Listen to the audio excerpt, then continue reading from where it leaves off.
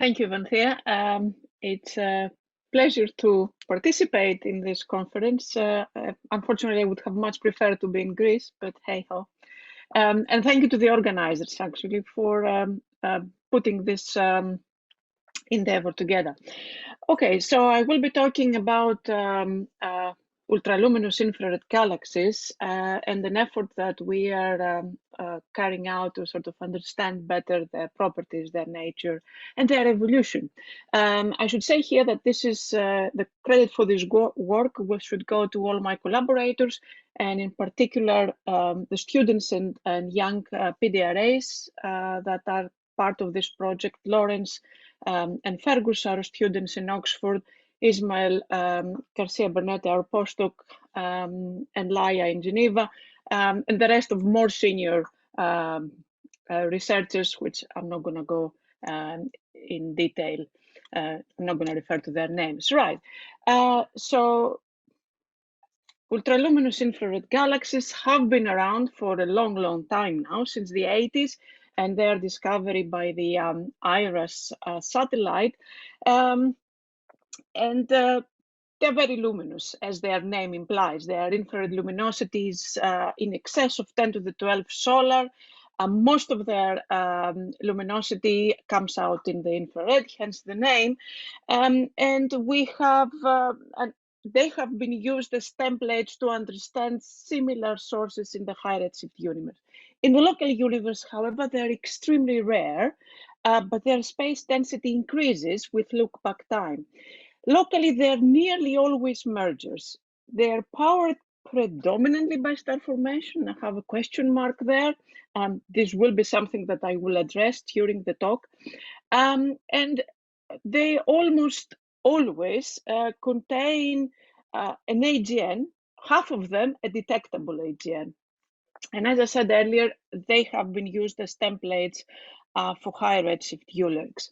Why do we study ultraluminous infrared galaxies? And I should say here that a number of people, I guess, here in this group have been studying Eulers for a very long time.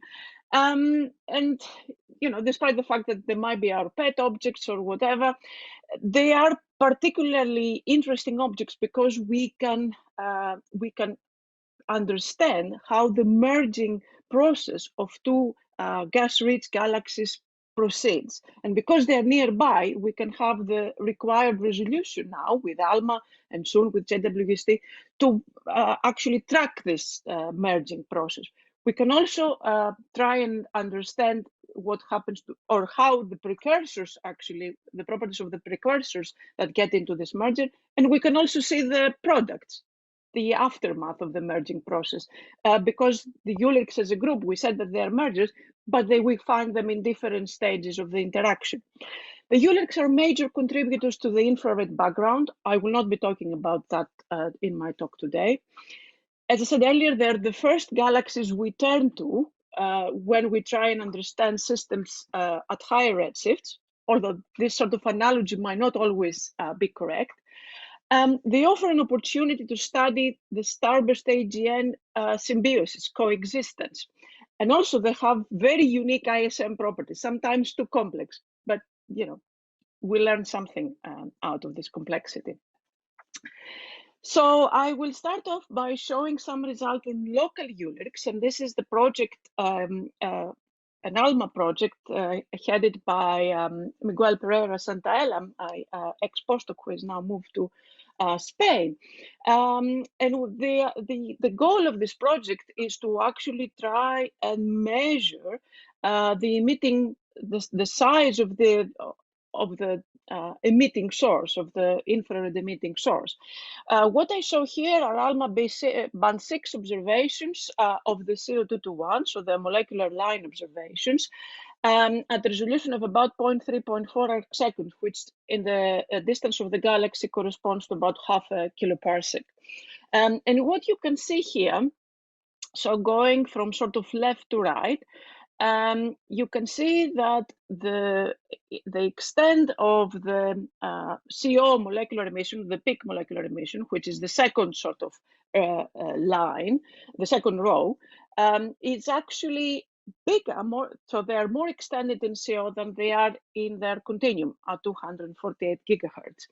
And they are actually their distribution. So there is a sort of a central source, but there is sort of emission that extends beyond the central kind of nuclear region.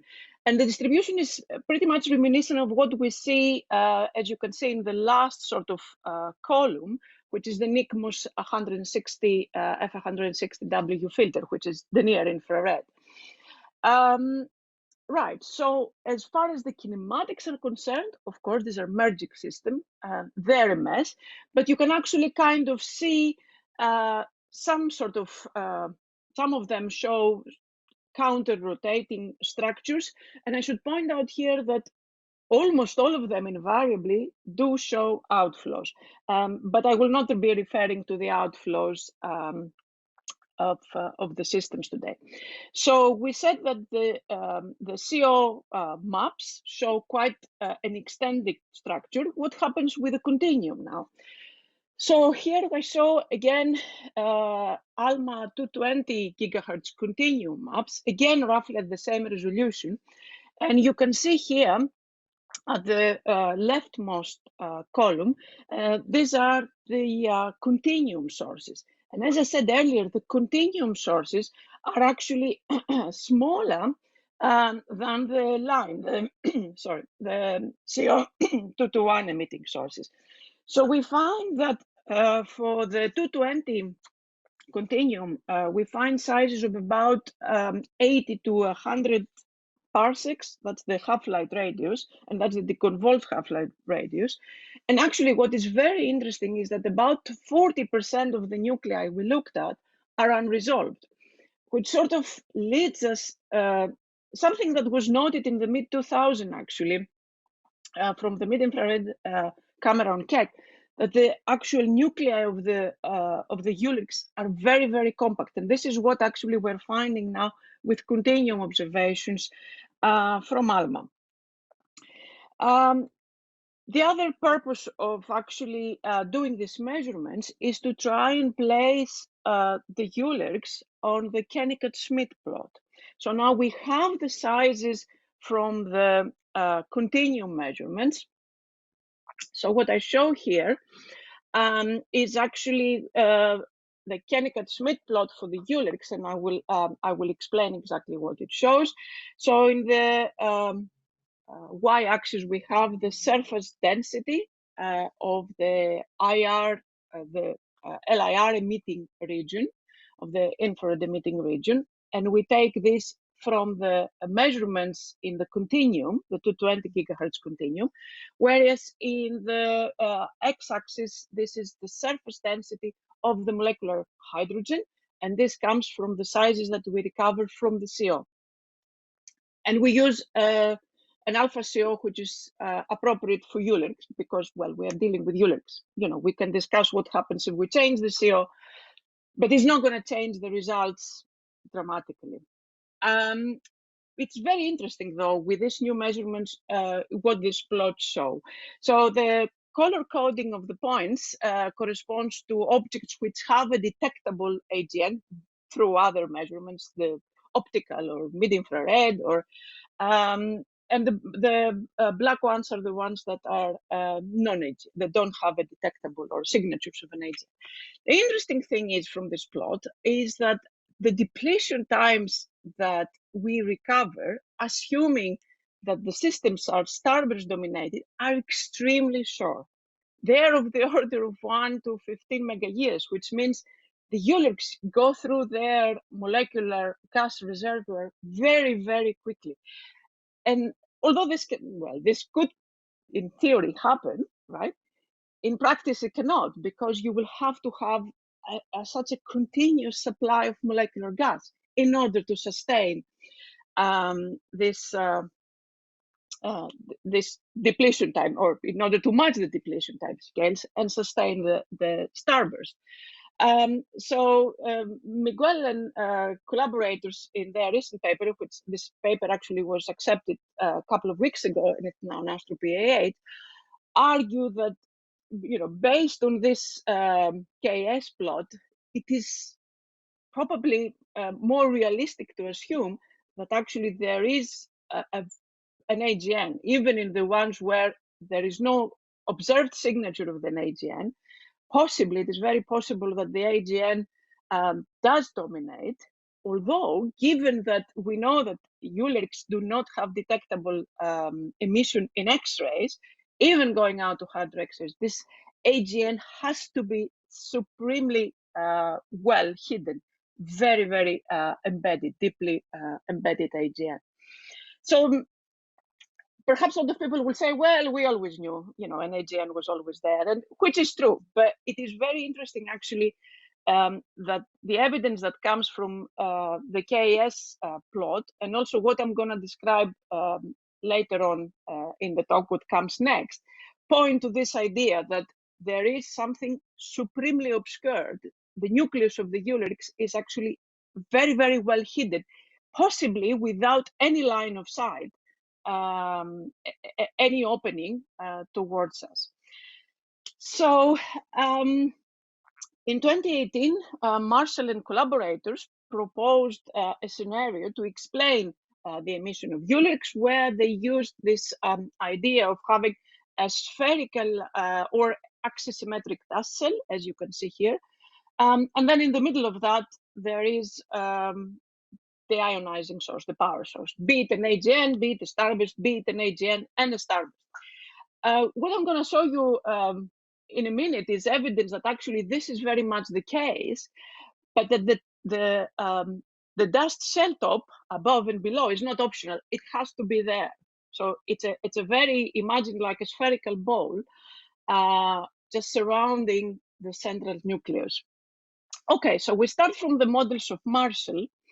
And what I show here are the blue is an A0 star, the SED of an A0 star. The red is a starburst, and the black is an AGN. And if you have, this is a powering source, and then you pile up a lot of obscuring dust in front of it, you will end up with the emission at the right-hand side of the spectrum. So basically, irrespective of what the exact nature of the powering source is, you can have very similar SED in the mid-infrared if you pile up, if you crank up the optical depth. And as you can see here in the plot, it goes from 10 to 100 to 200. So, you will have the same effect irrespective of the shape of the intrinsic power source. Now, if you have all that much hydrogen column density, the temperature is very high and you tend to suppress a lot of emission from the nuclear source. And this is actually what is probably happening now in the mid-infrared and the PAH emission from Eulerics. So I'm switching a little bit, but we're going to reach to the same result, that in fact the nuclear source of the Eulerics is very deeply embedded. Here is a plot from the work of Antonio Hernan Caballero, who looked actually at the correlation of the equivalent widths at 12.7 and 11.2. These are PA features, and as a function of the silicate absorption feature, the silicate depth. The line that you can see here, this dotted dashed line, is the median value of their sample of star-forming galaxies. So basically what you find here is that for the star-forming galaxies, the ratio of this equivalent width of the pass doesn't depend on the depth of the silicate. The flux ratio, though, does, which is actually quite interesting. Now, we took the sample of Eulerics of Duncan Farah. That's the HelAS sample, but you can take any Euleric sample that you like, and we plotted the equivalent width, the ratio of the equivalent widths versus the silicate feature. And what we find was quite interesting, actually. We found three groups of galaxies. One that is around this value of 0.35, which is the value from Antonio ratio that he found for star-forming galaxies. And there is another group that are below the 3 sigma level, and these are the galaxies down here. And there's another sample that are so much higher ratios, and we think that the top ones are AGNs. So I'm not going to discuss those ones in detail. Now, if we focus on these two classes of Eulers, so the blue ones and the ones that are circled with the purple circles, it's very interesting to note that both of them, although offsetting this ratio, do show the same kind of trend or no trend with the silicate, the depth of the silicate feature. So what we think is happening there is that what we are seeing, if we assume that the power ratio intrinsically is the same, we're probably seeing differences in the level of the continuum, of the underlying continuum. And you can see here that, so here on the left-hand side, you see a ratio of the 12.7, 11.3 versus the continuum. And here, the same ratio of equivalence width versus the continuum, 6.2 and 11.3. And you actually find a correlation, which implies what I just said earlier, that the differences that we see in this equivalent width actually come from the continuum. And what happens is the following. In these sources down here, the purple ones, we have the nucleus totally, completely embedded, and we see no PAH emission whatsoever. Everything happens from the disk, the nuclear disk. The continuum, however, is decoupled from the PAH emission, and it comes from the nucleus. And this is why there are different levels of dilution. So the features are either stronger or suppressed because the continuum goes up and down. Now, I explained this a little bit better here. So again, here I plot the 12.7 over 11.3 as a function of equivalent width of the 11.3. And you can see very clearly the sources that we think are very deeply obscured occupy this region down here.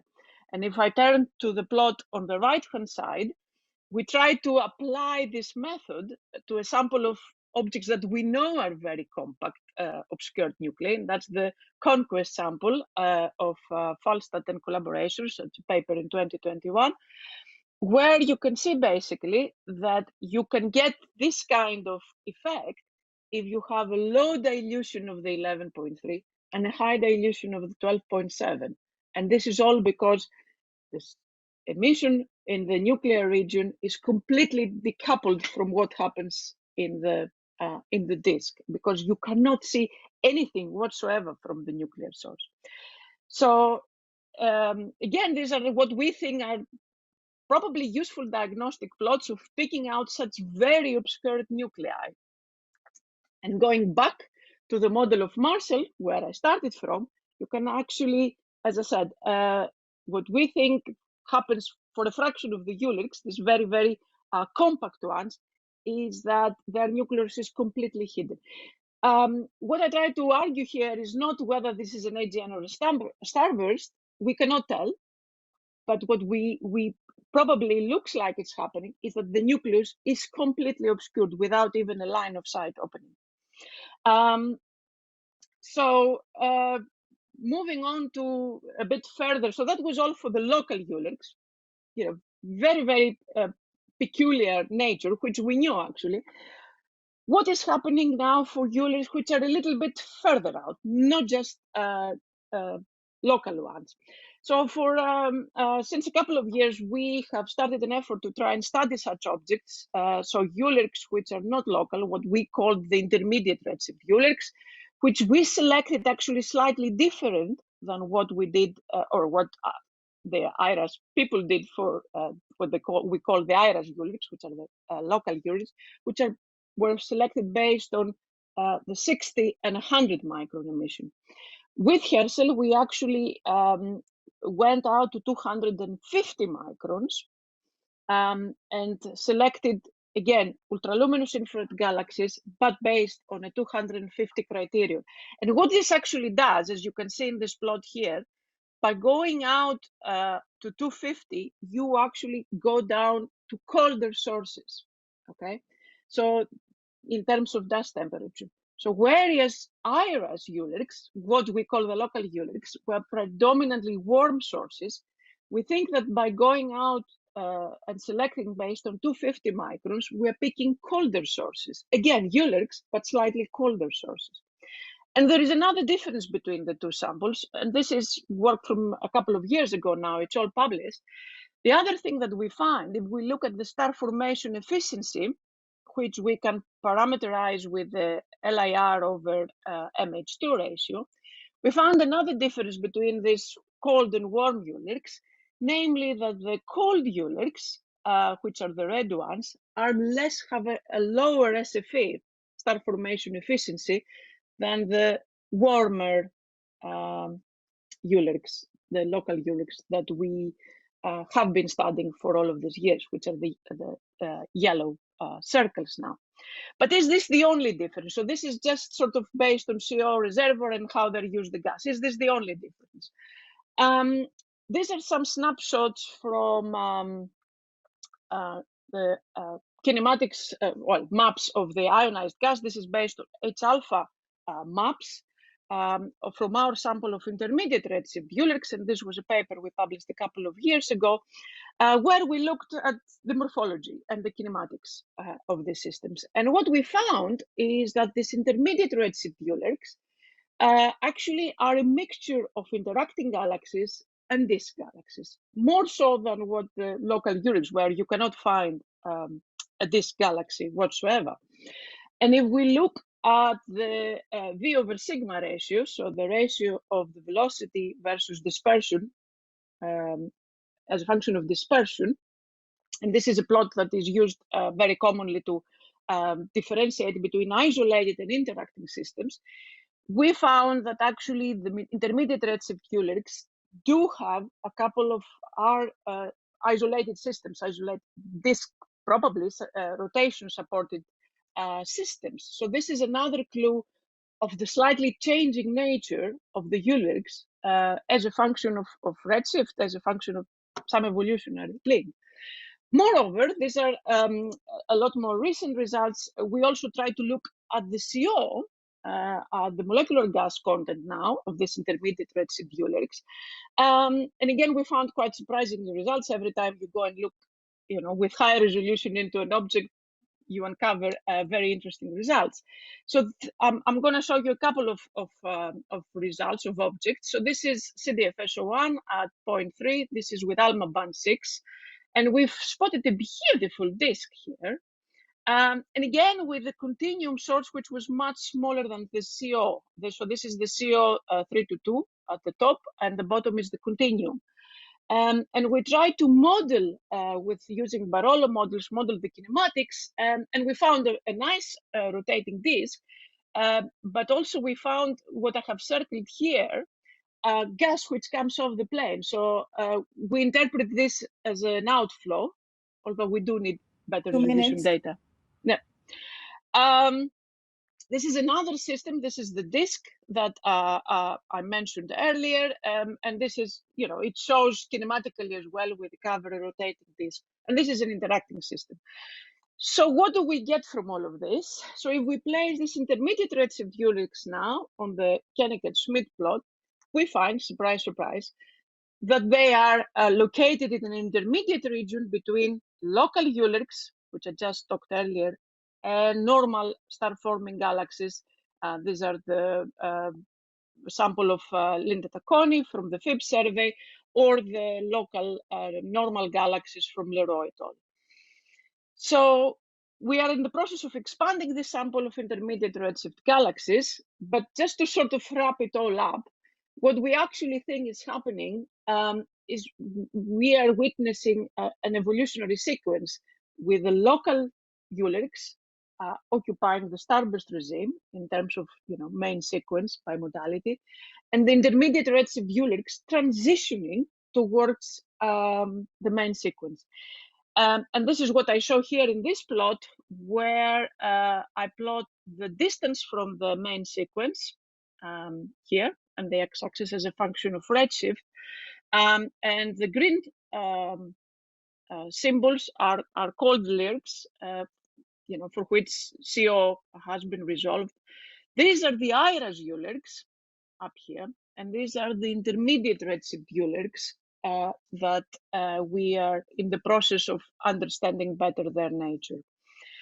So I'm going to put my conclusions up, and I hope in this very brief sort of overview, I managed to at least partly convince you that local Eulerks are very complex. Their physical properties are very, very interesting.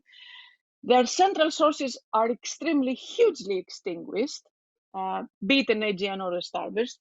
We are probably witnessing a spherically symmetric shell around them.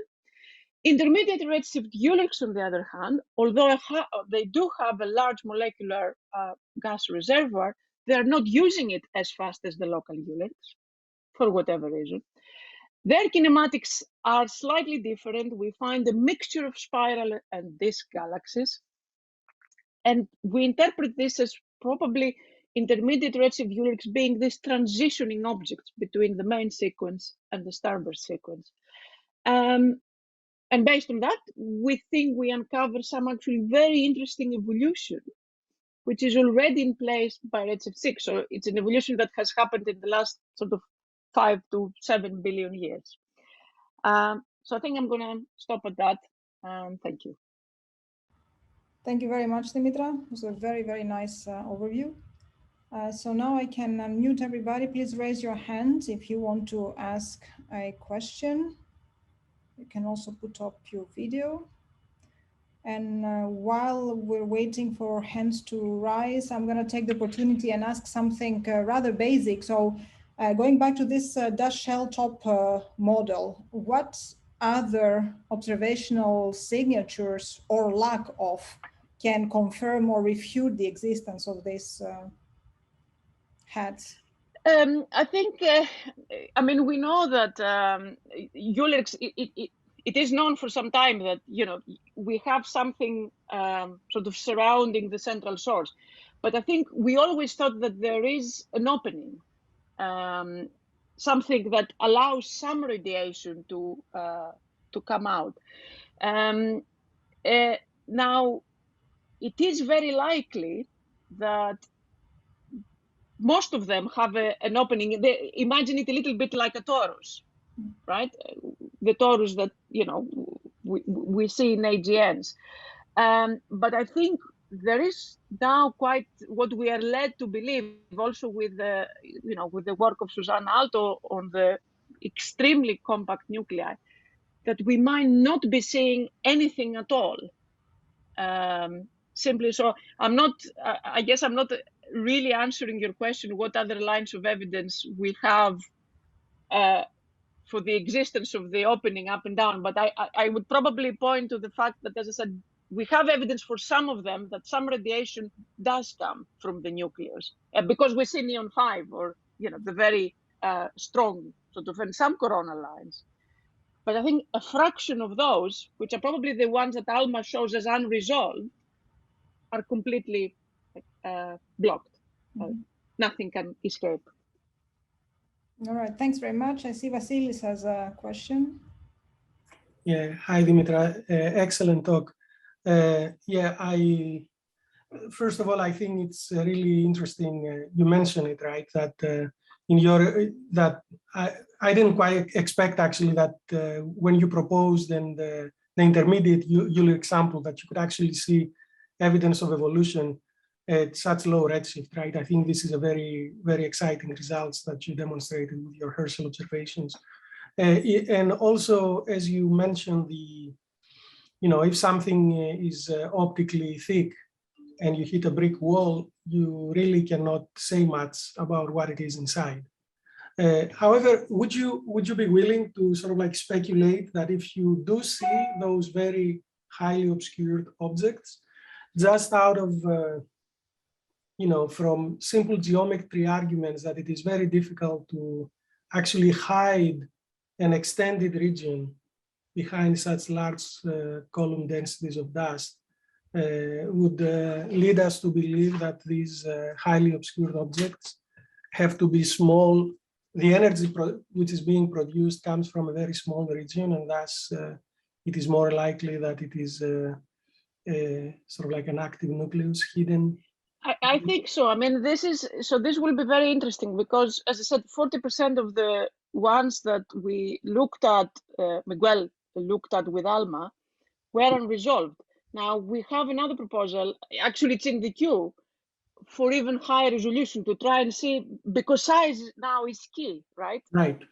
So we're really awaiting this new ALMA data, high resolution, because hopefully we will be able to place a constraint on the size.